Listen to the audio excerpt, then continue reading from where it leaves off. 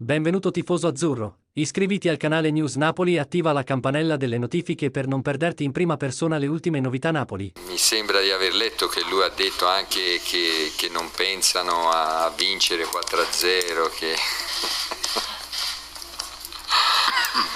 cioè,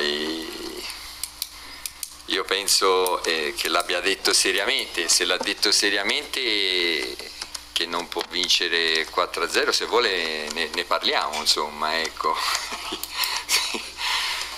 E poi però i complimenti eccessivi a volte servono a metterti lassù per poi poterne ascoltare il tonfo, mentre quando poi ci sono delle critiche,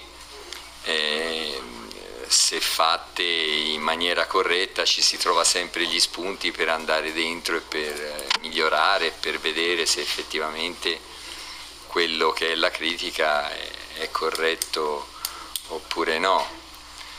Se invece lo ha detto in maniera un po' differente, intanto lui ha fatto le ultime 2 finali di Champions, per cui